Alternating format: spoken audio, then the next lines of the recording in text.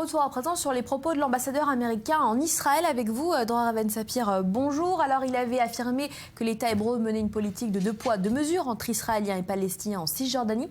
Eh bien, le porte-parole du département d'État américain est venu appuyer ces propos.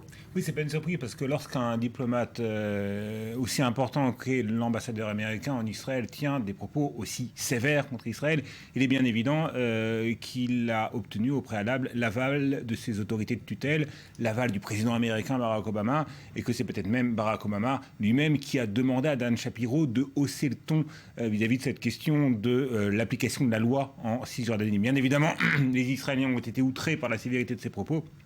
Mais tout cela montre, Elsa, que la partie n'est pas facile à jouer pour Benyamin Netanyahou et pour les dirigeants israéliens, parce que d'un côté, ils sont soumis à une pression de plus en plus importante de la part des Américains et aussi des Européens qui vont probablement hausser le ton, eux aussi, concernant la question des territoires, concernant la question du blocage du processus de paix, et que la pression sera davantage sur Israël probablement que sur l'autorité palestinienne, même si une partie du blocage du processus de paix est due au refus de l'autorité palestinienne de revenir à la table des négociations. Et puis d'un autre côté, eh bien, les dirigeants israéliens, Benyamin Netanyahou lui-même, sont de plus en plus soumis à des critiques de plus en plus sévères. En Israël même, on leur reproche, et c'est le cas à l'intérieur même du gouvernement, un ministre comme Naftali Bennett, qui reproche à Benyamin Netanyahou, à son ministre de la Défense, son immobilisme, le gel de la pensée stratégique concernant la gestion de la crise sécuritaire de ces derniers mois. Des critiques qui se font de plus en plus présentes. Merci beaucoup.